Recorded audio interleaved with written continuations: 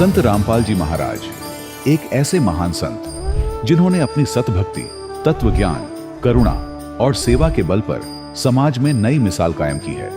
संत रामपाल जी महाराज की अगुवाई में उनके सभी सतलोक आश्रमों से समाज कल्याण के अद्भुत कार्यों ने समाज को सुनहरे भविष्य की एक नई उम्मीद दिखाई है।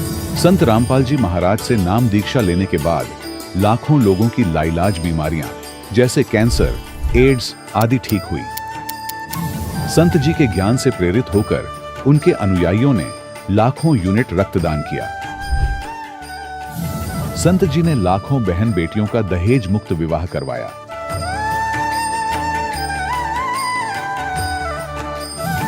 संत जी ने लाखों लोगों का नशा छुड़वाया, करोड़ों उजड़े परिवार बसे।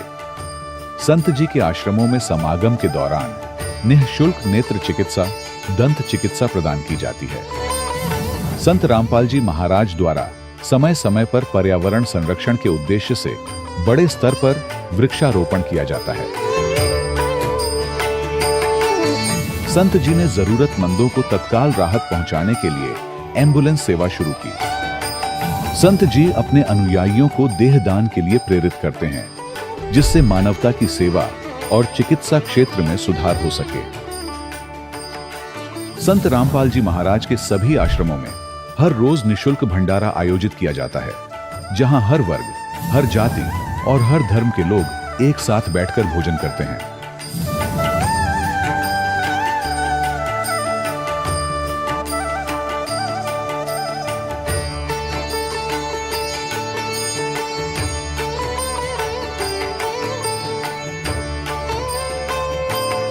संत रामपाल जी महाराज के आश्रम में हजारों बुजुर्गों को सम्मान और प्यार के साथ जीवन जीने का अवसर मिलता है। उनके खाने, रहने और स्वास्थ्य की पूरी जिम्मेदारी संत रामपाल जी महाराज उठाते हैं। अनाथ बच्चों के लिए संत रामपाल जी महाराज के सभी आश्रम किसी वरदान से कम नहीं। यहाँ उन्हें शिक्षा, संस्कार और भविष्य के लिए बेहतर अवसर प्रदान किए जाते हैं। चाहे बाढ़ हो, भूकंप या महामारी, संत रामपाल जी महाराज और उनके अनुयायी हमेशा ही जरूरतमंदों के लिए सबसे आगे खड़े रहते हैं। कोविड महामारी के दौरान संत रामपाल जी महाराज के आश्रमों से करोड़ों लोगों के लिए भोजन, दवाइयां और जीवन रक्षक सामग्रियां उपलब्ध कराई गई। चाहे गरीब की मदद हो या किसी शोषित और पीड़ित वर्ग के हक और सम्मान की लड़ाई, संत रामपाल जी महाराज ने हमेशा ही उनकी दबी आवाज को सरकारों तक पहुंचाया है और उन्हें उचित न्याय दिलवाने में अहम भूमिका अदा की है। समाज में आध्यात्मिक और सामाजिक मूल्यों के प्रति जागरूकता लाने में संत रामपाल जी महाराज हर कदम पर मानवता के सच्चे सेवक साबित हुए हैं। संत रामपाल जी महाराज का जीवन हमें सिखाता है कि सच्ची सेवा वही है जो निस्वार्थ भाव से की जाए। आइए हम भी इस महान सेवा के कार्य में इस महान संत से जुड़ें और संत रामपाल जी महाराज से नाम दीक्षा लेकर अपने जीवन को धन्य बनाएं।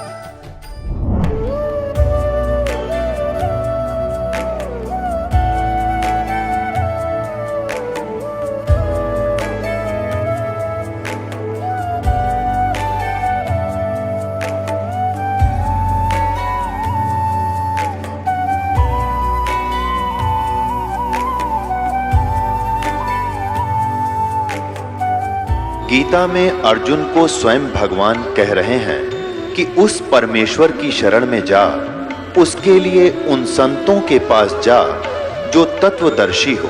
इसी प्रकार हजरत मोहम्मद को उनका अल्लाह कह रहा है कि कोई और पूर्ण परमात्मा है।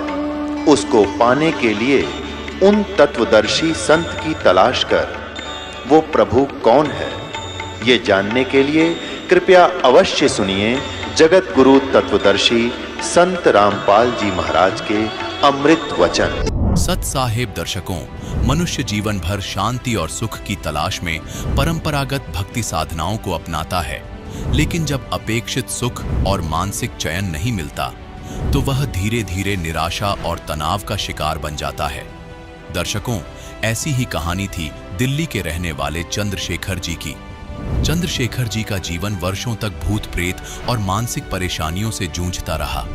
उन्होंने काली मां की भक्ति की, बालाजी और वैष्णो देवी के दर्शन किए, तंत्र मंत्र आजमाए, लेकिन कोई समाधान नहीं मिला। शादी के बाद घर में आत्माओं का आतंक और भी बढ़ गया। इलाज करवाया, लेकिन सब व्यर्थ रहा। इसी बीच उनकी पत्नी ने संत रामपाल जी महाराज से नाम दीक्षा ली और चंद्रशेखर जी को भी प्रेरित किया, जिसके बाद चंद्रशेखर जी का जीवन पूरी तरह से बदल गया। न केवल इनकी भूत प्रेत की समस्या समाप्त हुई, बल्कि नशे की आदत भी छूट गई। आज चंद्रशेखर जी का कहना है कि अब मैं और मेरा पूरा परिवार शांति, सुख और समृद्धि का जीवन जी रहे हैं। आखिर चंद्रशेखर जी क्यों संत रामपाल जी महाराज को भगवान बता रहे हैं? आखिर इसके पीछे की सच्चाई क्या है? आइए सुनते हैं चंद्रशेखर जी की कहानी, उन्हीं की जुबानी। जी नमस्कार। नमस्कार सर। सर क्या नाम है आपका? चंद्रशेखर। चंद्रशेखर जी, कहाँ से आए हैं आप? जी मैं दिल्ली बेगमपुर रोहिणी सेक्टर 22 के पास रहता हूँ सर। संत रामपाल जी महाराज से नाम दीक्षा लेने से पहले आप क्या भक्ति साधनाएं करते थे? मैं जी अपनी सबसे बड़ी देवी मानता था काली माँ को, जो काली माँ के ही सहारे में रहता था। लेकिन काली माँ के सहारे रहने के बावजूद भी मेरा कोई वो नहीं हुई सुरक्षा जो मैं चाहता था कि काली माँ है और कोई संसार में है ही नहीं है। लेकिन काली माँ जब मेरी शादी हुई उसके बाद मेरे भूत प्रेत मेरे ससुराल वालों की तरफ से आ गए। मेरी भगतमती पे थी, जो मेरी पत्नी है उस पे थी, उस पे उसके ज़रिए फिर मेरे को भी हो गए। तो हमारे घर वाले सब परेशान हो गए। तो जिसके पास जाएं हम दिखाने तो कोई कह रहा बकरा चाहिए, उल्टे पंख वाला मुर्गा चाहिए, कहीं दारू चाहिए, कहीं अंडे चाहिए। हमने सब कुछ दिया, उससे कोई लाभ नहीं मिला। आपकी जो भूत प्रेत की बाधा थी वो कैसे ठीक हुई? वो ऐसा है, हमें जब भूत बाधा जिसने जो है वो बताया हमने करा उनको, लेकिन कोई आराम नहीं मिला। तो हम गए तो किसी ने बोला बालाजी के पास आप थाली लगाओ। बालाजी के पास गए हम। मेरी क्या है, मांस नशे का मैं बहुत आदी था, तो तीनों टाइम तो मुझे मांस चाहिए और मुझे नशा फुल चाहिए। तो बालाजी में जब थाली लगाई तो मैंने पंडित जी से पूछा, पंडित जी और मैं मीट कब खाऊंगा? तो उन्होंने बोला बेटा तेरी जब ये 1.25 महीने की थाली लग जाएगी उसके बाद तू जितना खा सके खा लेना। मैंने कहा ठीक है, मैं खुश हो गया। उसके बाद नहीं मेरे को कोई आराम लगा। 1.25 महीने का क्या, मेरा काफ़ी टाइम हो गया। जम्बू बोला किसी ने वैष्णो माता जा, मैं वहाँ गया तो कुछ नहीं हुआ। इसके बाद हिम्मत हार दी कि कोई नहीं है अब तो। फिर मैं एक दिन अपने चाय बना रहा था घर पे, तो हमारी एक बहन है ताऊ की लड़की, वो आई तो उन्होंने चाय के लिए मना कर दिया। तो उदास हो गया मैंने कि मेरी बहन अब चाय भी नहीं पी रही है, पर हमें कुछ पता नहीं था सिस्टम का। तो हमारी जो पत्नी है तो वो उनके साथ मुंडका आश्रम गई थी। तो जब वो गई तो बता रही थी कि सर में ऐसा हो गया कि अंदर जाने के लिए हिम्मत नहीं थी। लेकिन संत रामपाल जी भगवान की ऐसी दया हुई कि उन्होंने ऐसा कर दिया कि बिल्कुल हल्का शरीर, वो अंदर जाते ही वो ऐसा लगा कि जैसे कि मेरे ऊपर कुछ नहीं है। शाम को वो घर आई, मैं ड्यूटी से आया, उन्होंने बोला मैं नाम दीक्षा लूँगी। मैंने कहा भाई तेरे को जो करना कर ले, मेरे को अब किसी पे भरोसा नहीं है। मैं मानता था अपनी काली माँ को, लेकिन वो भी मेरे सहारे नहीं है, अब मेरा साथ नहीं दे रही, बिल्कुल भी कोई नहीं है। बोली तो देखने में क्या जा रहा? मैंने कहा ठीक है। मैं गया तो मैं देखो 70 रुपये के पर डे, 70-80 रुपये के मेरे को सिगर चाहिए, 10 रुपये की मेरे को तम्बाकू चाहिए और ड्रिंक भी चाहिए, मांस। तो मैंने कहा चलो जाता हूँ। मैं वहाँ गया तो मैंने बोला मुझे गुरु धारण करना है। उन्होंने बोला कभी गुरु बनाया? मैंने कहा मैंने कभी किसी को गुरु नहीं बनाया, मेरी माँ थी काली, पर वो मेरे अब नहीं है मेरे पास। तो बोले, उन्होंने नाम दीक्षा दी। नाम दीक्षा देने के बाद मुझे नशे में तो ऐसा राहत मिली कि कभी मैंने देखा ना हो। और भूत बाधा की आज मुझे 5 साल हो गई है। 2017 में नाम दीक्षा ली थी। ना तो भूत बाधा मेरे अंदर कुछ है, ना मेरे शारीरिक जो रोग होता है ना वो है, और नशा तो ऐसा हो गया जैसे कि कभी मैंने जीवन में करा नहीं होगा। मांस भी ऐसा हो गया जैसे मैंने कभी छुआ ही ना हो। और जो मैं साग सब्जी को ये गाय वाला भैंस वाला चारा समझता था, आज सतगुरु रामपाल जी भगवान की दया से वो अमृत लगता है मेरे को, और जो मैं पहले गंध खाता था आज उससे भी मुझे छुटकारा मिला है। सर यहाँ पर हमारा मेन सवाल ये है कि आपकी जो भूत प्रेत की बाधा ठीक हुई, उस बाधा को ठीक करने के लिए संत रामपाल जी महाराज ने कोई तांत्रिक विद्या की, या कैसे आपकी जो भूत प्रेत की जो समस्या थी वो ठीक हुई? नहीं जी, तंत्र विद्या नहीं बताई थी। उन्होंने कहा था जो आप विधि कर रहे थे वो गलत है आपकी विधि, और आपको नियम अनुसार करोगे तो आप जो भगवान से भी भरोसा उठ गया है ना, तो वो आपको पास ऐसा हो जाएगा कि कभी जीवन में नहीं सोचोगे कि कोई भगवान है। उन्होंने ऐसी क्या विधि बताई कि आपकी भूत प्रेत की जो बाधा थी वो ठीक हो गई? उन्होंने बताया कि जो आप ये साधना करते हो, जैसे कि बालाजी में थाली लगाई, जैसे कि आप जम्मू गए वैष्णो माता के यहाँ, जैसे किसी जादू टोना के पास पहुँचा, तो इन सब से कुछ नहीं होना। आपको क्या करना है, नियम मर्यादा का ध्यान रखना है। अगर मर्यादाओं के बारे में आपसे जानना चाहें तो वो कौन सी मर्यादाएं थी? नियम मर्यादा ये है कि ना तो हमें किसी मंदिर मस्जिद में जाना है, और भगवान हमारे पास है। संत रामपाल जी महाराज जो हमें नाम दीक्षा देते हैं, उससे ना तो शरीर की कोई बाधा हो सकती है, ना कोई भूत प्रेत पास आ सकता है, ना ही आपको नशा मीट मांस कुछ भी जितनी बुराई है इस संसार में सबसे छुटकारा मिल जाता है। सर देखिए, जिन लोगों को भूत प्रेत की समस्या होती है वो तांत्रिकों के पास जाता है और बहुत सारा पैसा उस समय बर्बाद करता है।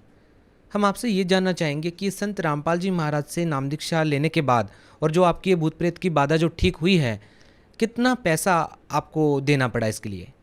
पैसे वहाँ पे कुछ नहीं लगते हैं, बल्कि उनके यहाँ जाने के बाद मैं देखो बताना चाहता हूँ कि जब नाम दीक्षा नहीं ली थी तो मैं सिर्फ, मुझे गली में भी कोई नहीं जानते थे कि मेरे माँ बाप से कहते थे आपके 2 लड़के हैं 3, तो वो कहते थे 3, तो बोले आपका एक कहाँ रहता है, तो वो कहते थे वो काम पे रहता। तो मेरी ऐसी स्थिति थी कि मैं रात दिन काम करता था और मेरा 30,000 35,000 का महीना में मैं कमाता था, लेकिन कोई कह दे 500 रुपये हैं तो नहीं है। अगर 500 रुपये रूम किराए पे रह रहा हूँ मैं, तो मेरा 6 महीने हो जाता था, वो 500 रुपये के हिसाब से मैं नहीं दे पाता था। लेकिन जब से संत रामपाल जी महाराज से मैंने दीक्षा ली, जब से मुझे ना तो उतना काम करना पड़ता है और ना मुझे मालिक की दया से किराए पे रहना पड़ रहा है। तो हमारे को जब से इतना लाभ है और काम से तो इतना छुटकारा मिला है मुझे कि सब कोई अब देखता है तो कहता है भाई ये लड़का, कभी तो रात भर जहाँ मैं काम करता हूँ वो भी कहता था कि तू नशा बिना नहीं करेगा, तो रात रात भर मेरे साथ रुक के उन्होंने देखा है। बोला भाई तू कैसे कर लेता है, जो कि तू रात दिन चलता, बस खाना खाने के लिए तू बैठता है, 1 घंटा सोता है और बाकी तू चलता रहता है। मैंने कहा यही तो है असली भगवान की पहचान, जो संत रामपाल जी भगवान हैं, जो कहते हैं कि वो कबीर जी नहीं है, वो अपने आप को बता, लेकिन कबीर जी का अवतार है वो। अगर वो नहीं होता तो मैं काली को शुरू से मानता था। काली ने मेरे को जहाँ बोला रात को 12 बजे जाना, मैं जाता था, पर मेरे पास ना तो कोई सिद्धि ना कुछ। लेकिन जब से यहाँ आया हूँ मेरे संत रामपाल जी भगवान के यहाँ, ये हमारे लिए भगवान है, ये बंदी छोड़ है, ये सदगुरु रामपाल जी भगवान हैं। तो इनके पास आने के बाद इतनी सुख शांति है, ना तो मुझे कमाने की टेंशन रहती है, ना मुझे काम धंधे की दिक्कत रहती है। एक काम ख़त्म नहीं हो पाता, मुझे दूसरा काम मिल जाता है। जब से मैंने, आज मेरे को 5 साल हो गई है जब से मैंने दीक्षा ली है, नशा ऐसा हो गया है कि मैंने कभी जीवन में करा नहीं होगा नशा। बल्कि जो मेरे यार दोस्त मुझे पहले बुलाते थे, आज वो ऐसे दूर हो गए हैं जैसे कि मैं उन्हें भी नहीं जानता हूँ कभी भी। सदगुरु रामपाल जी भगवान की दया से जो मुझे पहले बुलाते थे, आज वो क्या कहते हैं कि तेरे जैसा नीच आत्मा सुधर कैसे गया। तो मैंने उनसे यही बोला, मेरा नशा जब छूट गया तो आप लोग भी तो देखो कि ये कैसे सुधर गया। नशा इसका देखो, नशा मुक्ति है, सब कुछ है, लेकिन मैंने देखा 2-2 2.5 लाख, मेरे मामा का खुद लड़का है, उसे 3-4 बार डाल दिया नशा में, नशा मुक्ति में, लेकिन कोई आराम नहीं लगा पैसे। लेकिन यहाँ नाम दीक्षा लेने के बाद मेरा जड़ से नशा बिल्कुल समाप्त हो गया है। अगर कोई करता है तो मुझे 500 कदम दूर होगा तब भी घिन आती है, बिल्कुल इतनी बदबू मारता है अब नशा मेरे को। और जी मेरा जो मकान है, हम रहते थे जहाँ अभी है, तो सदगुरु रामपाल जी भगवान की दया से 2020 में 2 मंजिल बन गया। जब पहले था जो, तो वो ऐसा था कि वहीं पे मम्मी सोती हमारी, वहीं पापा सोते, और वहीं हम दोनों, मैं, मेरी पत्नी, मेरे भाभी भैया, 2 कमरे भर बने थे, बाकी हम सब यहीं सोते थे। सबको आके ताने से मार जाता था कि तुम लोग इतने नीच हो कि 4-4 कमाने वाले, उसके बावजूद भी तुम पे एक टुकड़ी कुछ नहीं डाली जा रही। और पानी बारिश हो तो हम उसी में भीगते रहते, सोते रहते। लेकिन सदगुरु रामपाल जी भगवान की ऐसी दया हुई 2020 में लॉकडाउन के टाइम पे कि 2 मंजिल मकान बन गया। ना तो हमें किसी से ज़्यादा कर्जा लेना पड़ा, ना कुछ लेना पड़ा। और मैं एक बात और बताना चाहता हूँ, मकान बनाने के लिए लोन की हमने बहुत कोशिश करी लेकिन लोन नहीं मिला। तो हमारी मम्मी का गोल्ड रखा था, तो गोल्ड हमने कहा, हमें किसी ने बताया कि मुथूट फाइनेंसर है तो वहाँ रख दोगे पैसा मिल जाएगा आपको। तो हमने कहा ठीक है। तो हम गए, तो वहाँ पे गए तो वो बोला 70,000 रुपये मिलेंगे, वो भी पूरे सामान के, लेकिन मुश्किल है मिल जाएं जो। अब हमने मन में, मैंने मम्मी ने बोला सदगुरु रामपाल जी भगवान अब मैं क्या करूं, 70,000 में तो कुछ होगा नहीं। तो मैं दूसरे के यहाँ गया तो उन्होंने मेरा सामान भी कुछ वापस करा और 1,16,000 रुपये भी दिए उन्होंने। बोला 1,16,000 रुपये आपको मिल जाएंगे और ये सामान आपका कुछ है तो ये वापस भी होगा। तो हमने सदगुरु रामपाल जी भगवान से वहीं पे शुक्र मनाया कि हे गुरु जी दया बख्श दी आपने, और 1,16,000 रुपये मेरे को वहाँ से मिले हमें। उसके बाद हमने मकान जब स्टार्ट करा तो 50,000 रुपये मम्मी के पास थे, टोटल हमारे पास 2.25 लाख के करीब थे। लेकिन 2 मंजिल बनने के बाद और जब हमने हिसाब किताब जोड़ा तो हमारा 10 लाख रुपये पूरा बना हिसाब में। ये हमें सदगुरु रामपाल जी भगवान की दीक्षा लेने के बाद हमें ये लाभ मिले हैं। और हमारी मम्मी जो काम करती थी बेलदारी का, तो वो जो दरवाज़ा होता है तो उसके ऊपर सिल्ली रखी रहती, तो वो अचानक से गिर गई तो उनके हाथ पैर में काफ़ी चोट आई। सब कुछ कराया तो उसके बाद डॉक्टर ने उनको विकलांग साबित कर दिया। तो ये जो कटोरी है तो इसमें पूरी 4 उंगल आप डाल सकते हो, पूरी 4 उंगल डाल सकते हो। और देखो ना ही तो उनके पास कोई बैसाखी दी है, ना कोई आपको बेर चेयर दी है, और फिर भी सदगुरु रामपाल जी भगवान की ऐसी दया है कि वो अपने सहारे से 20-25 किलो का वजन भी वो लेके चल सकती हैं। मेरा लड़का है 8 साल का, उसे भी अभी लेके वो चल जाती हैं। तो ऐसी सदगुरु रामपाल जी भगवान की दया हुई है हम पे। सर जैसा कि आपने बताया कि आप पहले नशा करते थे और नॉनवेज भी आप पहले खाते थे, तो क्या अभी भी आप मांसाहार करते हैं या नशा करते हैं? नहीं जी, अब अगर कोई खाता है तो अगर हमारे अगल बगल तो हम उससे कह देते हैं कि देखो ये नशा मत करना हमारे सामने, और नशा बहुत गंदी चीज़ है और इसकी सज़ा भी बहुत गंदी चीज़ है। सर देखिए, बहुत सारे लोग हैं जो नशा करते हैं और वो छोड़ना चाहते हैं लेकिन छोड़ नहीं पाते हैं। तो क्या जो व्यक्ति नशा छोड़ना चाहते हैं या जो भी बुराइयां वो करते हैं वो छोड़ना चाहते हैं, यदि संत रामपाल जी महाराज से नाम दीक्षा लेंगे तो क्या उनकी वो जो बुराइयां हैं वो छूट जाएंगी? सतगुरु रामपाल जी भगवान कहते हैं गारंटी से अगर नाम दीक्षा धारण करके और नियम मर्यादा में रहोगे तो नशा आपका ऐसा हो जाएगा कि कभी आप जीवन में नहीं सोच सकते हो कि नशा, मीट मांस, चोरी, डके, कुछ भी आप मतलब गंदे बुरे ऐप बिल्कुल नहीं सोच सकते हो आप लोग। सर जो लोग आपकी तरह भूत प्रेत की बाधाओं से पीड़ित हैं, आप उन लोगों के लिए क्या संदेश देना चाहेंगे? जो आप भूत प्रेत से परेशान हो, जो लुट पिट चुके हो, जैसे कि बालाजी में जाते हैं कई, शिव जी की पूजा करते, जितने भी देवी जो भी धाम है, तो वहाँ से आप लुट पिट चुके हो, तो मेरा कहना यही है कि संत रामपाल जी महाराज से नाम दीक्षा लेके आप बिल्कुल उनकी दया से एक बार देखो कि नाम दीक्षा लेके आपका रोग होता है ख़त्म या नहीं। ये चीज़ को देखो, जैसे मेरा हो गया तो आपका भी होगा परमात्मा की दया से। संत रामपाल जी महाराज जी से नाम दीक्षा कैसे ली जा सकती है?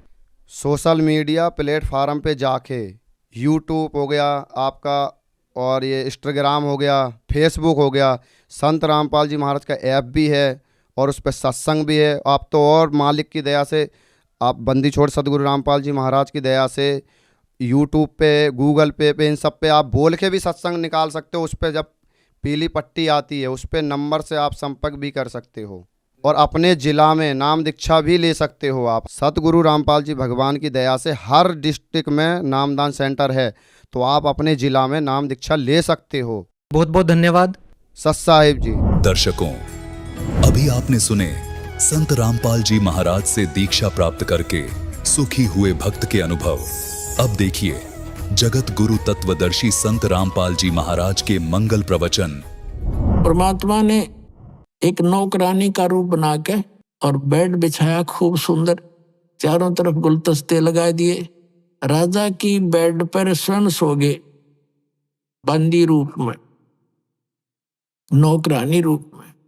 अब राजा आया, उसने देखा कि तेरी सेज पर, तेरे बेड पर एक बंदी सोए इसका इतना दिमाग खराब हो गया, इसका इतना डर निकल गया। वहां पर एक अंटर रखा होता था, राजाओं के पास साथ रखते थे, आसपास रहता था। एक अंटर उठाया कोड़ा, वो कोड़ा इतना जबरदस्त लगा करता था, अगर घोड़े का मार दे तो घोड़ा बैठ जा, इतना पीड़ा होती थी। उसने क्रोधित होकर के उसको परमात्मा को बंदी जानकर, दासी मानकर, नौकरानी मानकर 3 कोरडे जबरदस्त ढंग से मारे और 3 निशान न्यारे न्यारे मालिक के कमर पर हो गए। अब परमात्मा बांदी रूप में खड़े हुए, दासी रूप में। पहले तो थोड़ा सा रोने का बहाना किया और फिर हंसते हंसते लोटपोट हो गए, जमीन पर लौट कर हंसे हंसे, डटे नहीं डटे। अब उस राजा ने सोचा, इन कोरडे लागे पाछा आदमी आसन का तना रहा करे, क्या कारण है? उसने बाजू पकड़ के उठाया, अकबंदी तू हंसी क्यों, मुझे इसका कारण बता। तब परमात्मा ने कहा कि मैं इसलिए हंस रही हूं, या इसी निकम्मा बेड है जो बिस्तर तेरा, जिस पे मैं 1 घड़ी सोई और 1 घड़ी सोने का मुझे दंड मिला 3 कोरडे। मैं नो हंसू बेटा, तेरी गेल के बनेगा, तू तो रोज सोए इस पे, अब तेरे साथ के बनेगी, मैं नो हंस रही हूं। और नो कह के अंतर ध्यान हो गए। उस दिन 2 घंटे मौसम आया, राजा बेहोश हो गया। लेकिन ये संसार के लोग जो काल के दूत ना मानने दे, रानियां ने फिर जंतर मंत्र करवा के गले में तबीज बंधवा दिया, अग्नायुब ठीक रहेगा। उधर से क्या किया, मंत्रियों ने सलाह दी रानी को कि इनको आप बाहर भेज दो, जंगल में शिकार करके आएंगे, वहां इनका दिल सा हो जाएगा दूसरे टाइप का, यहाँ रहेंगे तो चिंतित रहते हैं। अब वो चिंतित नहीं रहने लग गया, बस सचमुच ये तो एक दिन मरना है, ये सब छूटेगा। लेकिन हमारी आस्था की जड़ें घनी गहरी होती हैं। भगवान करेन का काम करेगा ना, जब निकलेंगे हम यहाँ से तो वो करेन भी लाओगा हमारे लिए, सत्कर्मान, चाहे कुछ भी करना पड़े, पर हम लगे रहना इसके। अब क्या किया, वो 1 हफ्ते का प्रोग्राम बना के जंगल में चले गए, सैनिक भी मंत्री भी, जाकर लगा दिया पड़ाव। तो सुबह उठ के सब चल पड़े शिकार के लिए। 12 बज गए, कोई शिकार यानी पशु उनको मारने के लिए नहीं मिला। तो बगैर शिकार लिए राजा वापस साहब अपनी बेइज्जती मानता है। इतने में क्या देखा कि एक हिरण आ रहा है, मृग। राजा ने कहा सैनिकों, अगर ये मृग हाथ से निकल गया, उसी को मृग की तरह मार डालूंगा।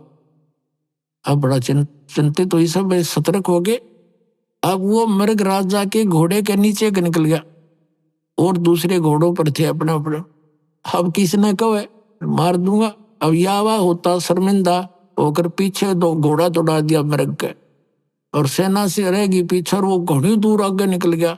वो मृग जा करके इधर उधर बाईपास मार गया, अंतर ध्यान हो गया। क्या दिखा था उसने, वो तो मालिक की लीला थी।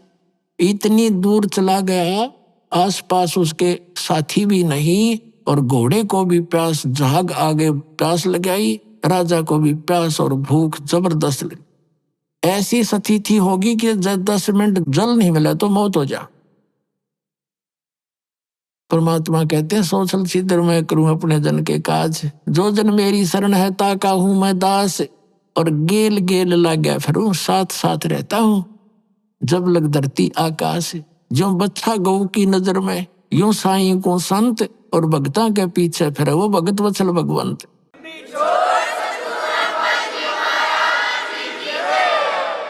अब वहां परमात्मा ने क्या लीला की, एक सुंदर बाग बनाया, बगीची, और एक बहुत सुंदर छोटा सा तालाब निर्मल जल का, और एक झोपड़ी, और आप बैठ के जिंदा महात्मा, मुसलमानों में जिंदा महात्मा ज्यादा होते, उनको फक्कड़ फकीर बताया करें। जिंदा महात्मा का रूप बना के झोपड़ी का आगे बैठ गए, और 3 कुत्ते बहुत सुंदर, उनको बेलों से बांध रखा, जो कुत्ते बांधने की होती है, और एक बेल खाली रखी हुई थी कुत्ते बांधने की एक्स्ट्रा। अब राजा ने देखा, वाह या अल्लाह, कि जब आदमी मरने को आता है, जब कहता या अल्लाह मेरी जान बचाओ भगवान, मर गया आज तक, आप ही रक्षक हो।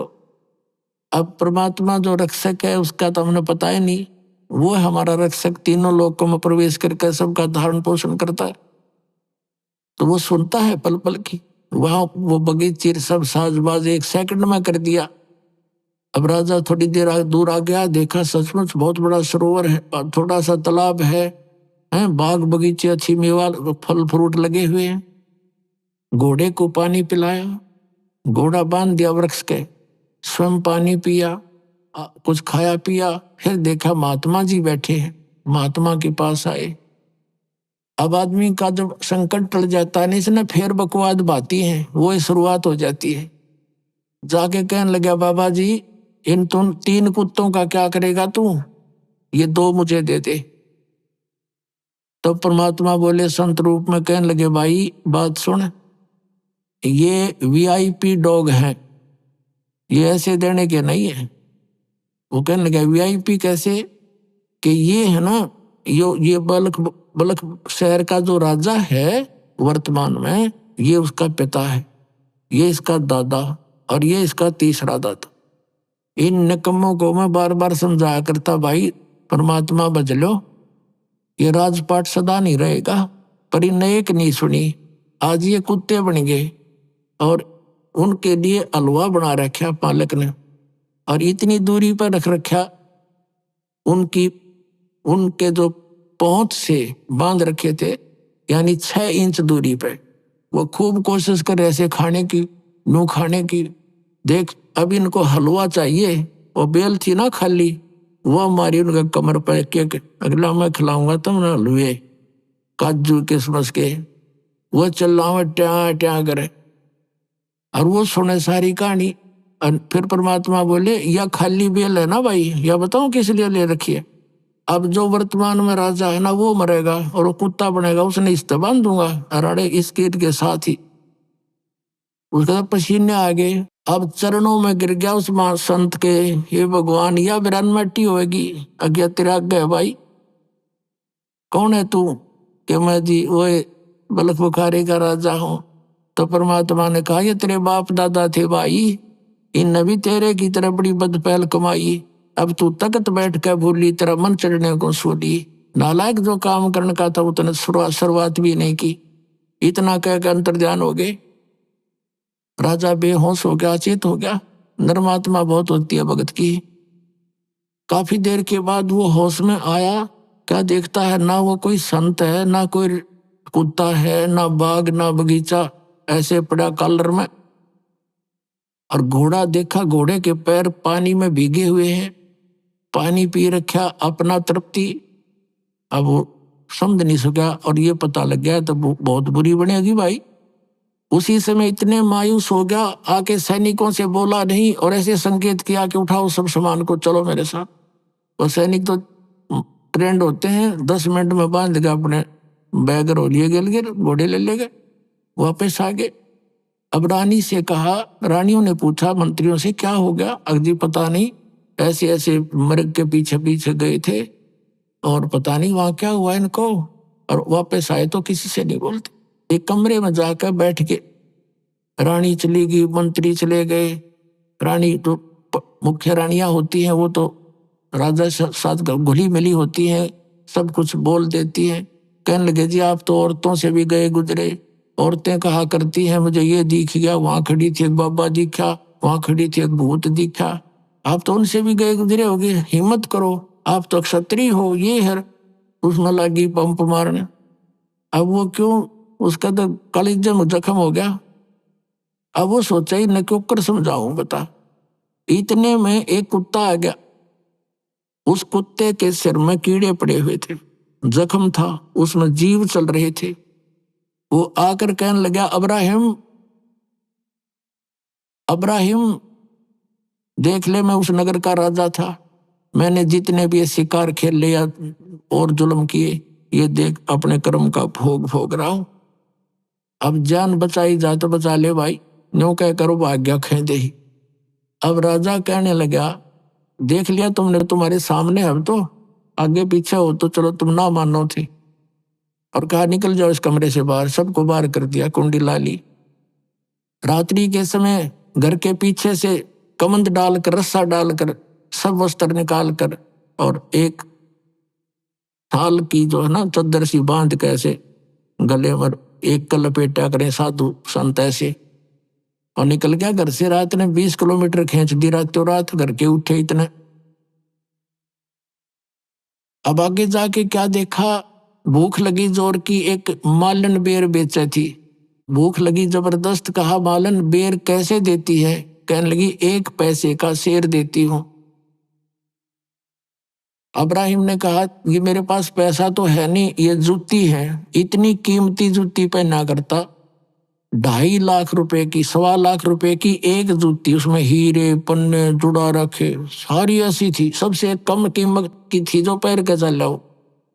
अब भूख का आगे पुण्यात्मा ये सोना काम नहीं करे।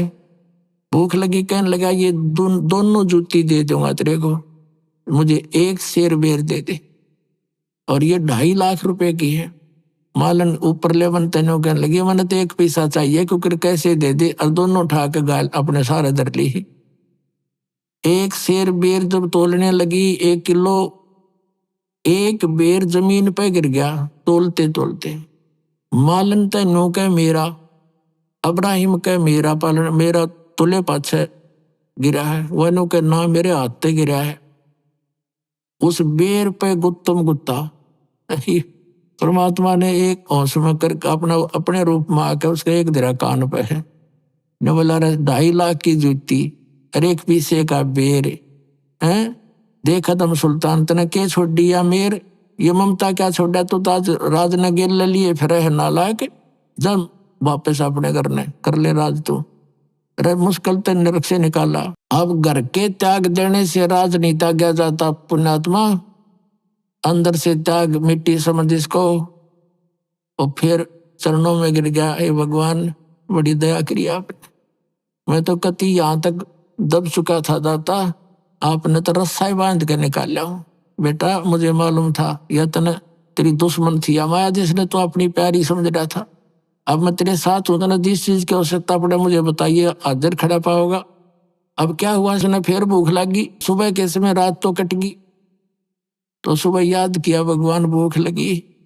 आकाश से एक थाली आई, कपड़ा उसके ऊपर डला हुआ थाल पोस, उसने उठाकर देखा, उसके सामने आके रुक गई। उसमें क्या देखा, काजू किस्मत सेब संतरों के भरी, और साथ में हलवा खीर पूरी कचौड़ी और रोटी, सारी आइटम उसमें।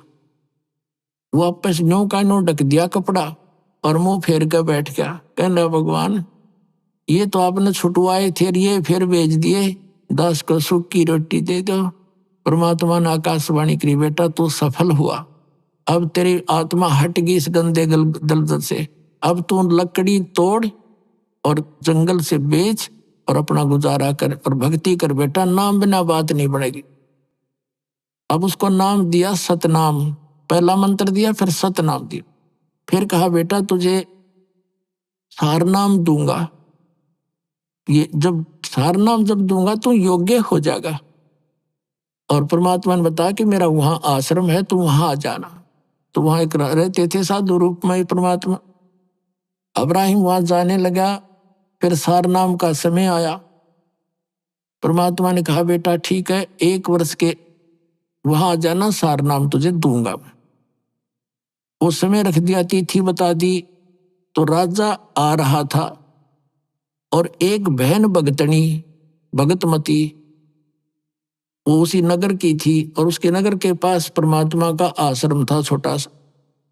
वो राजा जो भगत बन गया था वो नीचे से जा रहा था गली से, वो लड़की ऊपर से कोई कूड़ा करकट उठाकर और नीचे डाल दिया उसने, वो नीचे डाल दिया। डालने के बाद देखा तो एक व्यक्ति पे गिर गया, और लड़की झांक के देखा, फिर बाद में वो रोले मचाने लग गया, तूने ये क्या कर दिया, कौन है तू बदतमीज। तब उसने देखा झांक के को हो तो किसी भगत आदमी पर गिर गया, और आंखें लाल करके कहता है काश मैं आज राजा होता, तेरे टुकड़े टुकड़े कर देता, तूने मेरा सारा हुलिया बिगाड़ दिया। वो कहने लगी भाई साहब गलती होगी, मैंने देखा को नहीं, माफ कर दो। मैं आज राजा होता तुझे बता देता। तो वो लड़की ने सोची भाई यू क्या मतलब है, राजा क्यों कहता है। अब वो लड़की भी आश्रम में आना था, उधर से उसने भी गुरुजी से मिलने जाना था। वहां वो सारे इकट्ठे हुए, जब उसने देखा तो वो आदमी है जो रास्ते में इसके ऊपर गलती से कूड़ा गिर गया था। तो परमात्मा से पूछा गुरुदेव ये भगत है भाई, ये कभी राजा था। कहा बेटी ये बहुत बड़ा राजा था, अब्राहिम सुल्तान अदम नाम है इसका, बल्ख बुखारे का राजा है। अच्छा ये था वो। कहा परमात्मा ने पूछा क्या बात थी। कि महाराज जैसे ऐसे ये आया ना, जब मेरे से गलती से कूड़ा गिर गया, मैंने ध्यान नहीं करा, मैं तो यहाँ आने की चिंता में थी। इसके ऊपर जब कूड़ा डला तो इसने बहुत बुरा बोला है, तो मेरे तो बहुत गालियां दी और कहा यदि आज मैं राजा होता तेरे टुकड़े टुकड़े कर देता। कहा अच्छा बेटा कोई बात, ये राजा था बेटी, इसमें कोई शक नहीं, बहुत बड़ा राजा था। अब कुछ देर के बाद उसने प्रार्थना की कि गुरुदेव आपके दास को सार नाम की दया करो, यदि योग्य हो गया हो। तो परमात्मा बोले बेटा अभी तो तू राजा है, जब दास बने ना जब आइए, 1 वर्ष का समय दे दिया। अब वो कहना जी मैं तो आपका दास हूँ। हे मालिक अब कहाँ राजा, मैं तो आपका दास हूँ। कहना बेटा ये तो ऊपरले मन तो बोल रहा है, तू अंदर से राजा है। अब उसको न्यू नहीं डिक्लेयर किया, यूं किस कारण से कहा अगला 1 वर्ष के बाद आना। अब गुरु जी का आज्ञा सिरधारिये, उठ कर चल पड़ा जैसे आपकी आज्ञा हो। 1 वर्ष के बाद निर्धारित समय और निर्धारित दिन के इस समय तक आना है तेने वहां उस दिन। और परमात्मा ने कहा बेटा अब कई रास्ता तो वहीं तेरे घर के पास से आओगा, इसके ऊपर भैंसों का गांव का गोबर और मूत थोड़ा सा पानी मिलाकर बाल्टी तैयार रखिए, और जब यूं तेरे घर से नीचे का इसको ऊपर चोटी में गिरिए इसके। वो लड़की तो सवेरे बना के सारा सामान तैयार होगी, और ने देखा कद से आवेगा, उसने आना ही था क्योंकि निर्धारित समय दे रखा। वो नीचे से आ रहा था, उस लड़की ने जचा के ऊपर तो तरडा ला दिया और सारा उड़िया बिगाड़ दिया उसका। और फिर ने बोली भाई साहब गलती होगी मेरे ते, माफ करियो। नो बोला बहन कोई बात ना, माटी पे माटी ये तो पड़ी है, कोई बात ना, धो लूंगा नहा लूंगा, कोई बात नहीं।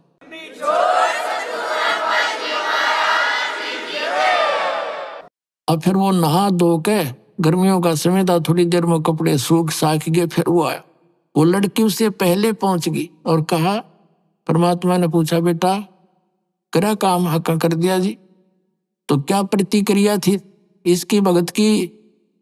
वो लड़की बोली जी आज नो बोल आई हो कि कोई ना बेटी बहन, ये तो माटी पे माटी पड़ी है, धो लूंगा साफ हो जाएगी, कोई बात नहीं। कहा बेटा आज यूं योग्य हो गया सार नाम के, आज दूंगा इसने।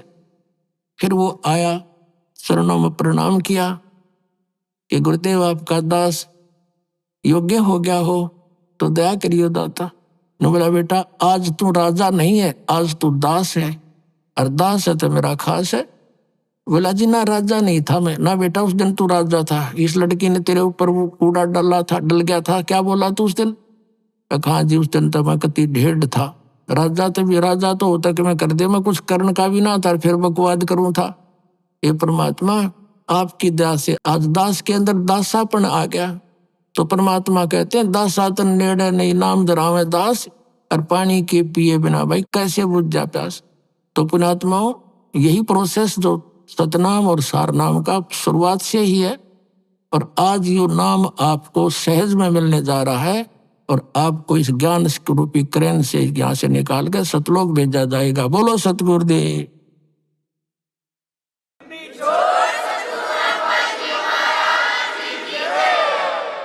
परम पिता परमात्मा पूर्ण ब्रह्म सर्व सृष्टि रचनहार गुरु मालिक कबीर परमेश्वर जी की असीम कृपा से आप सर्व पुण्यात्मा सत्संग सुनने के लिए यहाँ पहुंचे। परमात्मा की असीम रजा जिस पुण्यात्मा पर होती है वही परमात्मा के पाने के लिए प्रयत्नशील होता है। ये उसका दुर्भाग्य है कि उसको संत नहीं मिलते, लेकिन आत्मा परमात्मा के लिए रह नहीं सकती, क्योंकि ये उस सुख को छोड़कर यहां आ चुकी है जहां कभी कोई टेंशन नहीं होती थी, वहां जन्म मृत्यु नहीं होता था, वहां वृद्धावस्था नहीं थी, ना कोई रोग किसी प्रकार का शरीर में होता था। वहां ऐसी ही सृष्टि है जैसी यहां आप देख रहे हैं, लेकिन वहां ये पशु पक्षी नहीं है और मानव है। बाग बगीचे खूब बहुत सुंदर हैं, सदाबहार वृक्ष हैं।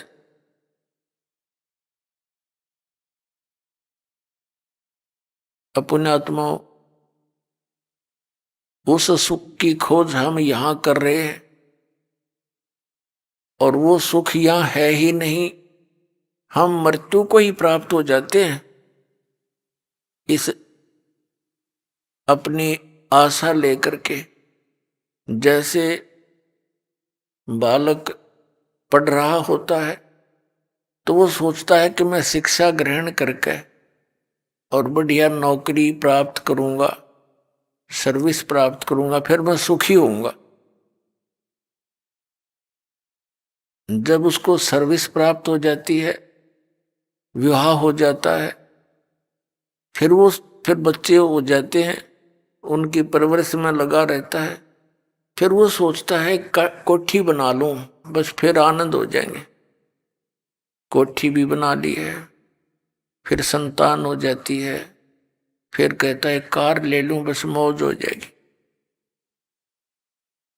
ये सारा कुछ सोचा, उसमें भी कोई मौज नहीं पाई। फिर सोचता है कि बुढ़ापे में सुख होगा, अब तो बच्चों की परवरिश में मैं अपना टाइम नहीं निकाल पा रहा। अब बुढ़ापे में यानी वृद्धावस्था में तो जिए जाने का जिसा सुख होगा। कदे आंख बनवानी, कदे गोडे दुख हैं, कहीं बीपी हाई हो जा, कभी लो होगा, कदे खांसी कफ पकड़ ले गले ना आकर के, और 36 प्रकार की टेंशन बढ़ जाती है। तो पुण्यात्माओं, जिस वस्तु से सुख होना है वो परमात्मा की भक्ति है, साधना है। उस सत्य भक्ति से यहां भी सुख होगा, और जब संसार छोड़कर चलेंगे, हम एक वायुयान में बैठकर जाएंगे। आए हैं सो जाएंगे, राजा रंग फकीर, एक सिंहासन चढ़ के जा एक बंधे जात जंजीर। जो व्यक्ति भक्ति नहीं करता, यदि साधना भक्ति कर रहा है, शास्त्र विधि को त्याग कर मनमानी पूजा करता है, और जो भक्ति नहीं कर रहा, ये व्यक्ति फिर बहुत दुर्गति को प्राप्त होकर मरते हैं, और मृत्यु के उपरांत इनकी बहुत बुरा हाल होता है। यम के दूत इनको पकड़ कर ले जाते हैं, बांध कर रस्सियों से, जंजीरों से, और धर्मराज के पास जाके खड़ा कर देते हैं। और जो परमेश्वर कबीर जी की सत्य भक्ति करते हैं, उनको परमात्मा जहाज में बैठाकर और सतलोक ले जाता है। अपने आत्मा, ये हमने पहचान लिया इतने प्रमाण देख करके कि परमात्मा कौन है, कैसा है। ये हमारे सदग्रंथों ने भी प्रमाण कर दिया, और साथ में उन महापुरुषों ने भी प्रमाणित कर दिया जिनको भगवान प्राप्त हुए। अब जैसे अभी तक परमात्मा के विषय में निराकार ही एक लोकवेद बना हुआ था कि परमात्मा निराकार है, तो ये केवल दंत कथा थी, यथार्थता नहीं थी। आज पुण्यात्मा परमात्मा की कितनी रजा आपके ऊपर है। इस कलयुग के अंदर ये वो समय है ये कलयुग का वो स्वर्ण युग है, भक्ति युग है। इसमें मोक्ष प्राप्ति होगी, सतलोक मिलेगा। और आपका जन्म मनुष्य का, और मनुष्य जन्म पाकर के फिर आपको ये स्थान मिल गया जहां से मोक्ष होगा। तो धन है आपके माता पिता जिससे जन्म हुआ। आप कितने पुण्यकर्मी प्राणी हो। लाल की कीमत को लाल नहीं जानता, जौहरी को ज्ञान होता है। ये दास जौहरी है, आप उस परमात्मा के लाल हो जिनके विषय में परमात्मा ने कहा गोता मारूं स्वर्ग में और जा बैठूं पैताल, कह कबीर ढूंढता फिरूं अपने हीरे मोती लाल। अब परमात्मा ने आपको शिक्षा दी पूरे विश्व को, और अब उसका तरीका, पहले तो स्वयं आते थे, प्रकट होते थे जगह, एक एक दिन में हजार हजार जगह प्रकट हो करके, और अपने बच्चों को तत्व ज्ञान सुनाया करते थे। उनको चार्ज कर जाते थे, उस भक्ति को करवाते थे। लेकिन कुछ दिनों के बाद हम फिर भूल भाल जाते थे, संसारिक लोगों की बातों में आ जाते थे, और परमात्मा को एक सिंपल संत मानकर हम उससे विमुख हो जाते थे। लेकिन वो दयालु चाहते थे कि इस भक्ति युग तक इनके अंदर भगवान की आस्था बनी रहे और इनके मनुष्य जीवन होते रहे, इनके अंदर परमात्मा की चाह बनी रहेगी। जैसा कि आज सत्संग में आपने सुना, सुबह के सत्संग में, कि 2 प्रकार से मानव शरीर प्राप्त होता है। एक तो टर्न वाइज मिलता है, 84 लाख योनियों के भोगने के उपरांत एक मानव शरीर मिलता ही मिलता है। यदि उस मानव शरीर में उसको परम संत नहीं मिलते, भक्ति प्रारंभ नहीं होती, तो फिर 184 योनियों का चक्कर उसका फिर शुरू हो जाता है। और दूसरा वो उनको मिलता है जो पहले जन्म में मनुष्य थे, उससे पहले में भी हो सकता वो मनुष्य हो। तो जो ऐसे मनुष्य जीवन से तुरंत मानव शरीर प्राप्त हैं, वो भक्ति में तुरंत लग जाते हैं। उनको चाहे कोई नकली गुरु मिलो, चाहे असली या कोई परंपरागत साधना हो, वो रह नहीं सकते भक्ति बिना। तो वो परमात्मा ने पहले हमारे साथ ऐसी लीला कर रखी है। जैसे आज से 600 वर्ष पहले मालिक जब आए थे, सन 1398 से 1518 तक, सन 120 वर्ष रहे थे, और हमें तत्व ज्ञान सुना कर, मंत्र दे करके, और हमें चार्ज करके। लेकिन हमने उनको भगवान नहीं माना। क्यों नहीं माना? क्योंकि हम अशिक्षित थे, और हमारे धर्मगुरु ये चतुर थे, ये अज्ञानी थे, इनको तत्व ज्ञान नहीं था, इनको सदग्रंथों का भी ज्ञान नहीं था। लेकिन ये संस्कृत भाषा अवश्य जानते थे, और संस्कृत भाषा के कारण इन्होंने परमात्मा को फेल कर दिया कि सभी सदग्रंथ संस्कृत भाषा में लिखे। और कबीर तो एक जुलाहा है, धानक है, ये शूद्र जाति का है, ये सदग्रंथों को कैसे समझ सकता है? इसने कोई ब्राह्मण इसको पढ़ा नहीं सकता, और ब्राह्मण ही उस समय शिक्षा के अधिकारी थे। अपनात्मा, लेकिन उस मालिक की लीला ने ये काल क्या जान सकता है? यदि उस समय परमात्मा ब्राह्मण वर्ण में होते और शिक्षा ग्रहण कर लेते, और वो ये बातें बताते, तो फिर भी किसी ने नहीं मानना था।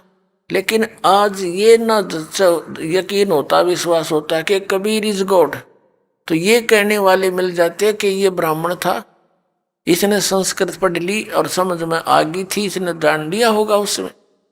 ये एक न्यारी कृपा करके कह दाता कि आज हम उनके सामर्थ्य से ये जान जाएंगे कि कबीर परमात्मा है। अभी आपने सुने संत रामपाल जी महाराज के मंगल प्रवचन। आइए अब सुनते हैं संत रामपाल जी महाराज से नाम दीक्षा लेकर सतभक्ति करके अद्भुत लाभ प्राप्त करने वाले अनुयायी के विचार। दर्शकों, क्या आपने कभी सोचा है कि जिंदगी हर मोड़ पर सिर्फ दर्द दे तो एक माँ उम्मीद कहां से लाए? दर्शकों, ऐसी ही कहानी है महाराष्ट्र की रहने वाली गीता जितेंद्र पवार जी की। गीता जी के दोनों बच्चे हमेशा बीमार रहते थे। इनकी आमदनी ठप हो गई थी। और टोना टोटका और भूत प्रेत की समस्याएं भी इनका पीछा नहीं छोड़ रही थीं। अपने जीवन से सभी दुख, पीड़ा और समस्याएं खत्म करने के लिए गीता जी ने हर संभव प्रयास किया।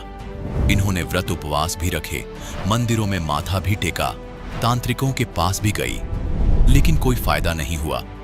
लेकिन दर्शकों, आज गीता जी का कहना है कि जब से मैंने संत रामपाल जी महाराज की शरण ग्रहण की है, मेरी जिंदगी से बीमारी और समस्याएं ऐसे छूमंतर हो गई हैं जैसे कभी थी ही नहीं।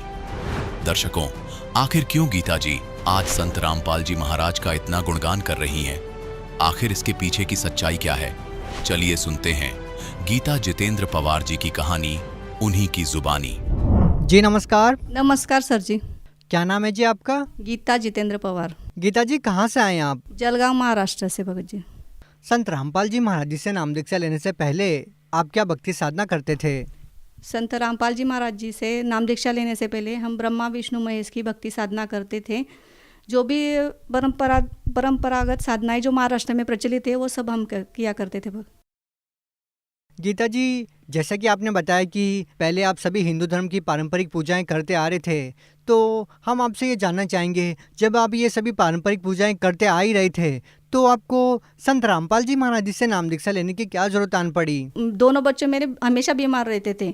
जैसे वो 15 दिन हम उनकी वजह से अस्पताल में रहते थे। मेरे घर वालों के जो काम धंधे थे वो भी 15 दिन रुके हुए थे क्योंकि वो मेरे साथ 15-15 दिन अस्पताल में रहते थे। उस वजह से हमारी इनकम नहीं हो पाती थी। हमारी इनकम सोर्स बिल्कुल ना के बराबर थी। हमारी आर्थिक परिस्थिति जो थी ना भगत जी, वो बहुत इनकी बीमारी की, दोनों बच्चों की बीमारी से बहुत ज़्यादा खराब हो चुकी थी। इसके लिए हमने बहुत से मतलब तांत्रिकों के पास गए, बाबाओं के पास गए, दरगाहों में गए, मंदिरों में गए, लेकिन कहीं भी कुछ भी लाभ नहीं हुआ। इसलिए हम मतलब एक चेक करने के लिए कि यहाँ जाके देखते हैं कि क्या लाभ होता है, इसलिए संत रामपाल जी महाराज जी के शरण में हम आए। तो क्या संत रामपाल जी महाराज जी से नाम दीक्षा लेने के बाद आपके जीवन की जो कठिनाइयाँ थी, आपके बच्चे को जो प्रॉब्लम थी, क्या वो ठीक हुई? हाँ जी सर जी। संत रामपाल जी महाराज जी से नाम दीक्षा लेने के बाद मेरे दोनों बच्चों को, जब से नाम दीक्षा संत रामपाल जी महाराज जी से हमने लिए हैं, तब से मेरे दोनों बच्चों बिल्कुल ठीक है। वो एक भी दिन अस्पताल में नहीं गई। अभी मतलब मेडिकल से आप 2 रुपए की भी दवाई उनको ला के दोगी सर्दी खांसी की तो भी वो ठीक हो जाते हैं। और मेरे जो घर वाले थे उनकी मतलब ये बच्चों की वजह से जो 15-15 दिन अस्पताल में रहते थे, उनकी वजह से नौकरी चली गई थी, मतलब वो काम पर नहीं जा पाते थे।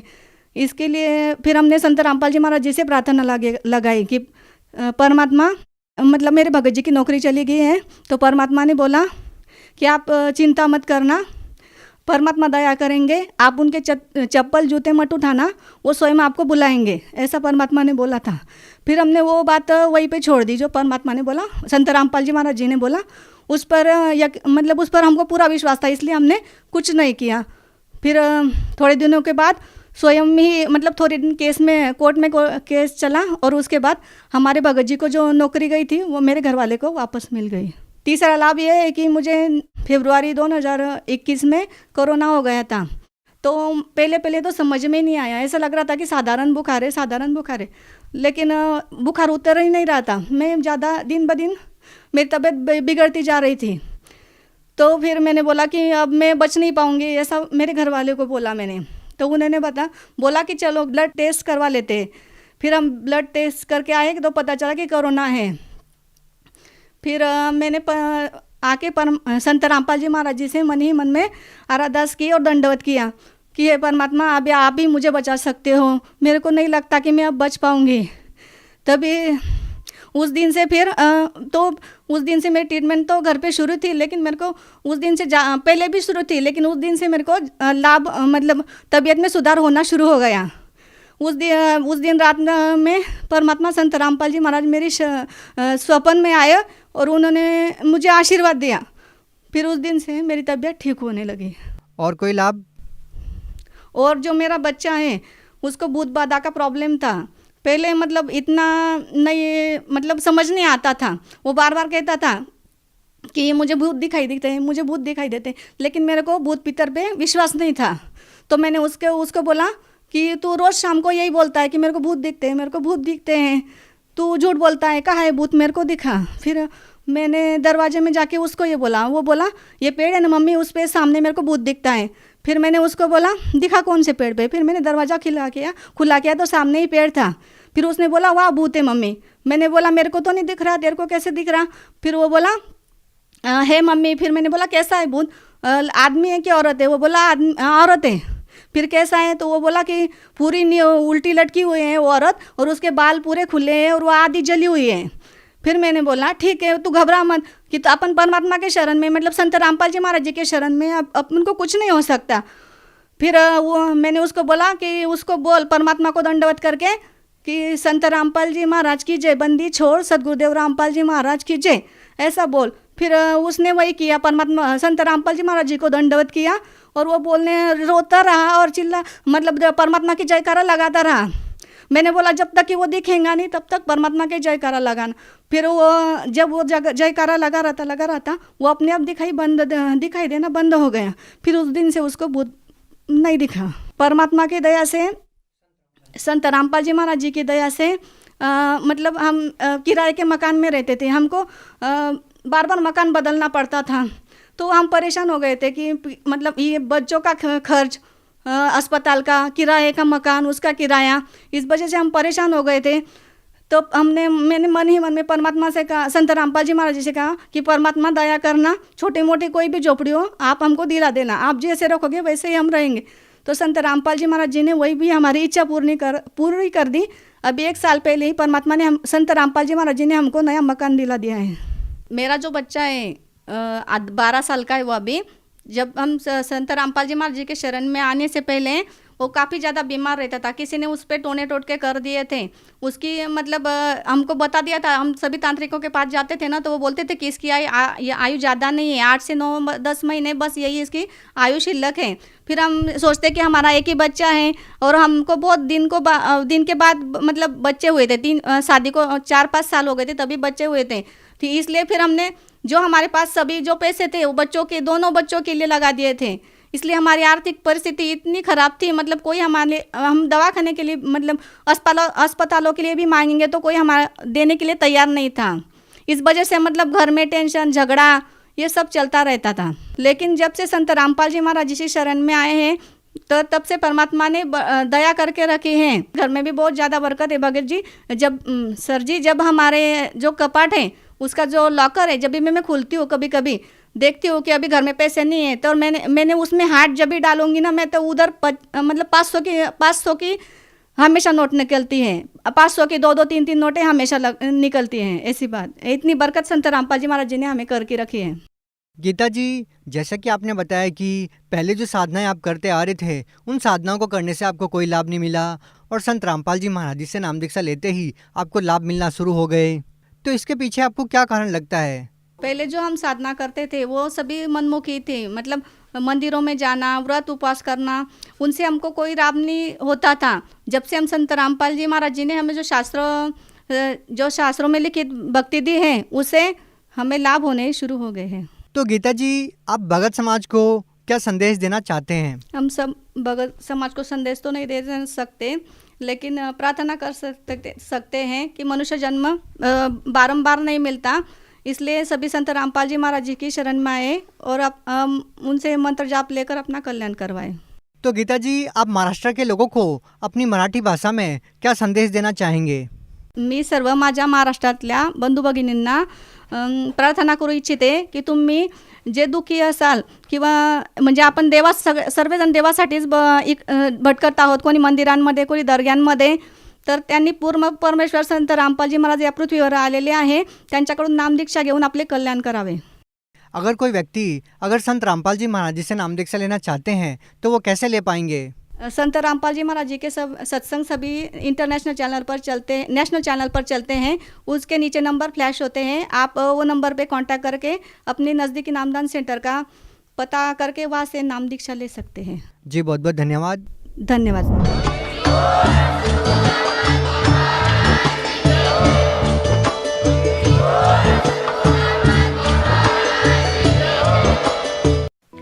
आप सुन रहे थे जगत गुरु तत्वदर्शी संत रामपाल जी महाराज के मंगल प्रवचन।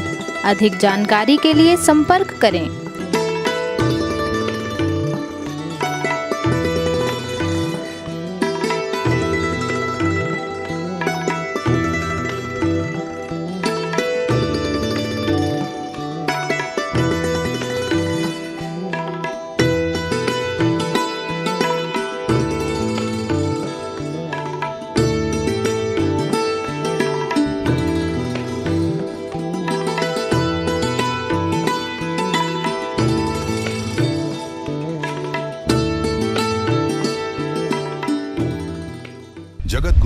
तत्वदर्शी संत रामपाल जी महाराज जी के पावन सानिध्य में भक्ति की अलख जगाने तथा श्रद्धालुओं को सत्य भक्ति मार्ग का रास्ता दिखाने हेतु कनाडा के लोकप्रिय चैनल द TVNRI चैनल पर जगत गुरु तत्वदर्शी संत रामपाल जी महाराज जी के मंगल प्रवचनों का प्रसारण प्रतिदिन सुबह 7:30 बजे से 8:30 बजे तक तथा रात्रि 7:30 बजे से 8:30 बजे तक किया जा रहा है। इस सत्य भक्ति मार्ग को अपनाने के लिए अधिक से अधिक सत्संग प्रसारण देखें। इस सत्संग प्रवचन का सीधा प्रसारण संत रामपाल जी महाराज लाइव सत्संग YouTube चैनल और जगत गुरु संत रामपाल जी महाराज Facebook पेज पर भी देख सकते हैं।